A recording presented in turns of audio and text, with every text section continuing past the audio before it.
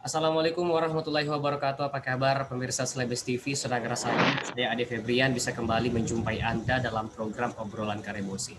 Pemirsa, kemarin kita membahas seputar penyakit COVID ya, yang memang sering sekali kita bahas di program obrolan Karebosi. Tapi saat ini berbeda dengan hari-hari sebelumnya, kita akan membahas seputar penyakit kusta. Karena dengar-dengar informasi ini Hari Kusta Sedunia 2021 akan digelar di Kota Makassar. Nah, saat ini juga sudah terhubung bersama dengan Bapak Mukhtar Tahir, Kepala Dinas Sosial Kota Makassar. Kita sapa dulu. Assalamualaikum warahmatullahi wabarakatuh, Pak Mukhtar. Di-unmute dulu Pak Mukhtar audionya. Oke. Iya. Waalaikumsalam warahmatullahi wabarakatuh. Iya, gimana kabar nih Pak Mukhtar? Ya, alhamdulillah ini pertemuan kita lewat Zoom ini kebetulan saya sedang mengendarai kendaraan ini. Oke, baik. Kalau begitu hati-hati ya Pak Mukhtar, karena saya lihat ini masih tetap juga patuhi protokol kesehatan menggunakan masker.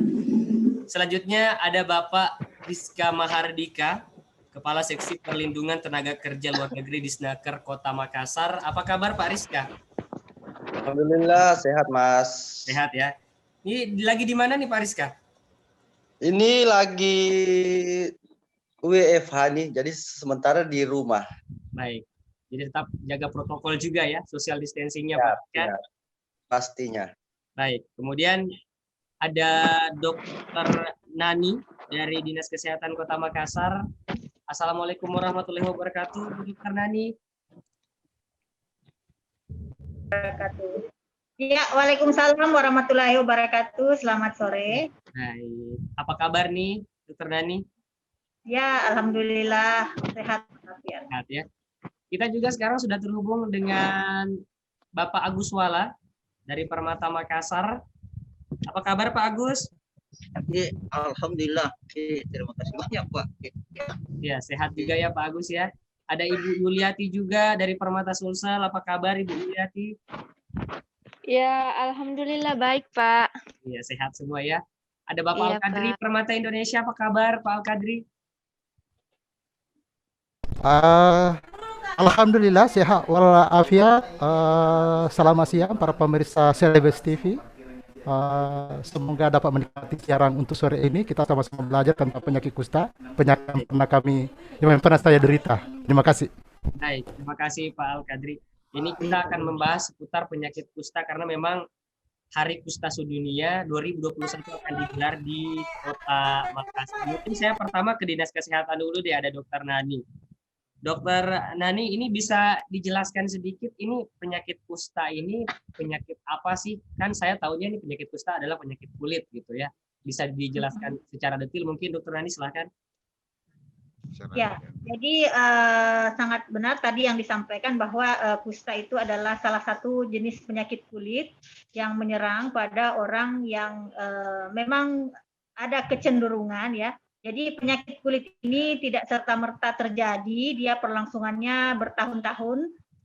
Jadi kadang orang terkena pada saat awal itu tidak ketahuan, nanti pada saat yang sayang sekali kita temukan itu pada saat telah tertimbul kecacatan baru bisa mengakses atau bisa diketahui oleh petugas kesehatan.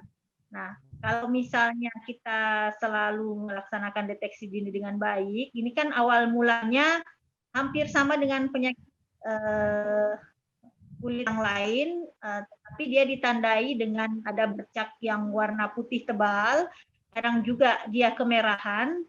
Yang justru dia penyakit kulit kan biasanya gatal ya. Nah, ini justru penyakit kulit ini dia tidak gatal.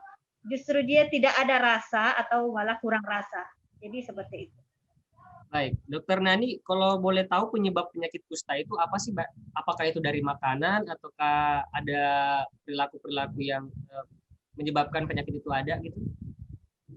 Ya, jadi penyakit kusta sendiri ini disebabkan oleh kuman yang disebut Mycobacterium lepra.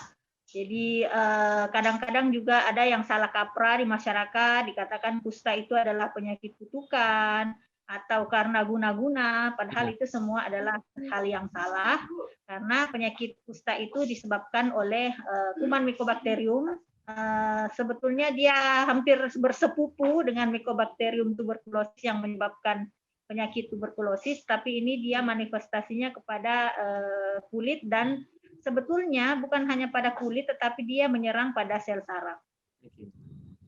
Baik, terima kasih Dokter Nani. Saya ke Bapak Al-Kadri dulu dari Permata Indonesia. Pak Al-Kadri, ini kira-kira apa yang menjadi permasalahan secara medis dari penyakit kusta ini sih Pak Al-Kadri, kalau boleh tahu? Yang pertama-tama menjadi masalah terkait dengan saya kaitkan dengan medis adalah pengetahuan, Mas Ade. Ya. Yang di sini sebenarnya penyakit kusta saat sekarang ini seharusnya tidak masalah lagi karena keahlian dokter sekarang sudah sangat memungkinkan untuk disembuhkan tanpa harus ada masalah. Ya. Yang permasalahannya adalah informasi dan pengetahuan masyarakat. Jadi hari ini saya sangat berterima kasih Celebes TV mau mengambil bagian untuk mempromosikan penyakit ini. Sekali lagi permasalahannya saat sekarang ini adalah informasi, pengetahuan masyarakat. Sudah bisa disembuhkan tanpa harus mengalami kerusakan organ seperti saya. Itu sangat mungkin disembuhkan. Semakin cepat diidentifikasi, semakin cepat diobati, semakin mudah penyembuhannya. Ini yang perlu masyarakat ketahui. Penyakit kusta sekarang ini seharusnya tidak ada masalah lagi. Permasalahan sosial yang timbul karena memang sudah terlanjur cacat seperti saya, terlanjur disabilitas seperti saya dan teman Agus Wala di sana, itu yang memang perlu penanganan sosial secara serius sekarang ini, sosial dan tentu permasalahan lintas sektor yang masalah ini, bukan lagi masalah kesehatan. Sekali lagi kalau permasalahan kesehatan tentang penyakit kusta seharusnya selesai. Yang tidak selesai adalah informasi. Masyarakat masih sangat awam dengan informasi terkait penyakit kusta.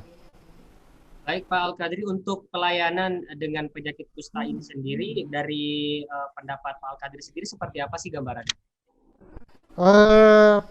Tentu tetap ada kendala yang saya tadi katakan bahwa kendala utama itu adalah informasi, sehingga banyak orang stigma yang tinggi. Ada juga yang memang stigma, bukan hanya dari masyarakat pada umumnya, tapi dari petugas kesehatan juga masih ada yang stigma dengan kami. Ini memang permasalahan stigma sehingga mempersulit penanganan. Tidak ada minim sekali orang yang mau menerima dirinya, yang mau menyadari dirinya bahwa terkena penyakit kusta. Selalunya mau bersembunyi dari balik penyakitnya tersebut, sehingga menyebabkan dia tidak bisa berobat secara intens, tidak mau terbuka. Tentu ketika tidak mau terbuka, yang ditutup tidak ada beban. Nah, ketika kita psikologis beban ada, pasti obat juga tidak bisa bekerja dengan bagus. Ya. Ini yang permasalahan yang perlu kita tangani bersama. Lagi-lagi adalah informasi dan pengetahuan masyarakat sehingga timbul stigma negatif terhadap penyakit ini. Baik. Baik, terima kasih Pak Al-Kadri. Tadi sempat disinggung juga ini Pak Agus Wala dengan Pak Juliati. Ya, Pak Agus Wala, ini kalau kita berbicara tentang penyakit kusta, kan di mata masyarakat ini banyak yang masih awam gitu. Ada yang mengatakan ini menular, ada yang mengatakan bahwa lama-kelamaan bisa jadi cacat dan lain sebagainya. Nah, Pak Agus Wala sendiri seperti apa sih menanggapi tentang penyakit kusta ini? Ya, betul sekali. Terima kasih atas kesempatan. Pak Kadri tadi bilang memang selalu ada informasi, termasuk saya sendiri sudah terlambat sebenarnya untuk, karena kan di penyakit kusta itu ada dua macam. Baik. Ada tipe basah, ada tipe kering. Ya. Kalian di kampung itu banyak yang mengatakan bahwa kusta kering itu kadang guna-guna, termasuk saya ini, saya punya tangan sekarang. Orang tua saya dulu tidak mau mengaku bahwa saya ini kusta karena tidak pernah ada perubahan di wajah. Jadi memang kadang masyarakat harus perlu disosialisasi terus bagaimana bahwa kusta itu sebenarnya ada dua macam. Yeah. Jadi yang terlambat berobat itu seperti saya keadaannya sekarang. Jadi memang harus kita banyak komunikasi. Untuk saya sendiri kadang saya tidak pernah merasa minder untuk bergaul. Okay. Karena saya tetap yakin dan percaya bahwa saya juga bisa mampu melakukan apa yang orang bisa lakukan. Baik, Pak Agus Wala, mohon maaf ini kalau saya boleh tahu sudah berapa lama nih itu tangan Pak Agus tuh seperti itu? Saya tangan ini sudah 30 tahun karena saya kan kelas 3 SMP di kala itu sudah mulai ada bengkok yang cuma kan selalu orang bilang dulu saraf, tidak pernah dibilang guna-guna atau angin. Jadi kurang lebih 30 tahun saya punya tangan ini seperti ini. Baik. Jadi memang waktu masih pelajar gitu ya Pak Agus Wala ya? Betul Pak, betul. Baik. Saya ke Ibu Yuliati dari Permata Sulsel. Ibu Yuliati. Iya Pak. Ya, Ibu Yuliati sendiri bagaimana sih menanggapi tentang penyakit kusta ini yang memang masyarakat masih belum paham betul terhadap penyakit kusta ini. Banyak sekali rumor-rumor terhadap penyakit kusta sehingga penanganannya juga ini kurang tepat begitu. Silakan Bu Yuliati.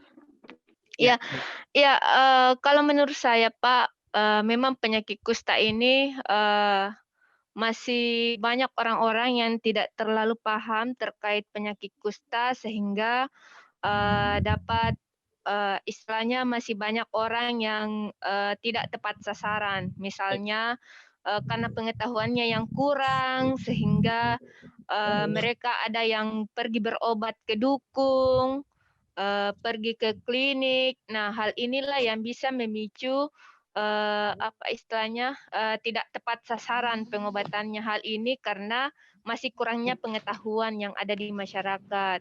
Nah, sehingga apa istilahnya kalau menurut saya sih dari segi kesehatan itu seharusnya lebih banyak lagi mensosialisasikan terkait penyakit kusta sehingga masyarakat ketika istilahnya masyarakat sudah paham, maka apabila ada gejala yang timbul otomatis dia sudah bisa istilahnya menjangkau pelayanan yang lebih tepat seperti itu Pak. Terima kasih. Baik, terima kasih Ibu Yuliati. Saya ke Bapak Rizka Mahardika dulu dari Disnaker Kota Makassar. Pak Rizka, ini tadi kita sudah dengar ya sama-sama, baik dari Dinas Kesehatan, baik dari Permata Indonesia, ada Bapak Agus Wala juga yang memang sudah terkena gitu ya dengan penyakit kusta ini. Kalau pandangan dari Disnaker Kota Makassar melihat fenomena kusta ini seperti apa sih Pak Rizka? Ya, sebelumnya Assalamualaikum warahmatullahi wabarakatuh. Selamat sore buat semua pemirsa Selebes TV dimanapun berada. Menurut saya persoalan kusta hari ini sudah clear. Kenapa saya bilang persoalan kusta sudah clear sampai hari ini? Karena hari ini sampai detik ini kusta sudah bisa disembuhkan. Pelayanannya pun gratis dan obatnya pun sudah ada di seluruh puskesmas yang ada di Indonesia ini. Jadi seperti yang kebanyakan tadi Bapak dan Ibu sampaikan bahwa yang belum terselesaikan sampai hari ini adalah bagaimana sosialisasi bagaimana sih kusta itu sebetulnya, terutama buat tenaga-tenaga medis untuk bagaimana memberikan suatu pembelajaran khusus kepada masyarakat tentang bagaimana kusta itu bisa dicegah, kusta itu bisa diobati dan lain sebagainya. Jadi saya pikir kalau menurut saya pribadi ya persoalannya sebenarnya untuk bagaimana kusta itu bisa diselesaikan dan sebagainya. Saya pikir hari ini sudah tuntas, tapi persoalannya sekarang bagaimana mensosialisasikan itu sehingga semua elemen-elemen masyarakat sampai ke bawah, sampai masyarakat menengah ke bawah itu paham dan mengerti itu bagaimana mengatasi apabila mereka terkena ciri-ciri kusta dan sebagainya. Baik Pak Rizka, ini kan kalau kita lihat untuk penyakit kusta tadi Bapak Rizka sudah katakan sebenarnya sudah selesai, tapi masih ada beberapa mungkin masyarakat yang terlambat gitu komunikasi atau informasi seperti kata Pak Al-Kadri tadi sehingga penanganannya ini dikatakan kurang tepat seperti tadi Bapak Agus Wala yang cukup ini juga kita lihat tadi ya lengan tangannya gitu Pak Rizka seperti apa? Ya, saya pikir pada era sekarang ini untuk mensosialisasikan itu mungkin sudah sangat gampang. Banyaknya akses media sosial dan sebagainya itu bisa mendekatkan yang lebih jauh bisa didekatkan, begitu pula sebaliknya. Karena berbagai macam bentuk-bentuk sosialisasi itu bisa terselesaikan lewat berbagai macam pembelajaran baik itu yang ada di media sosial ataupun di berita-berita lainnya, begitu Mas.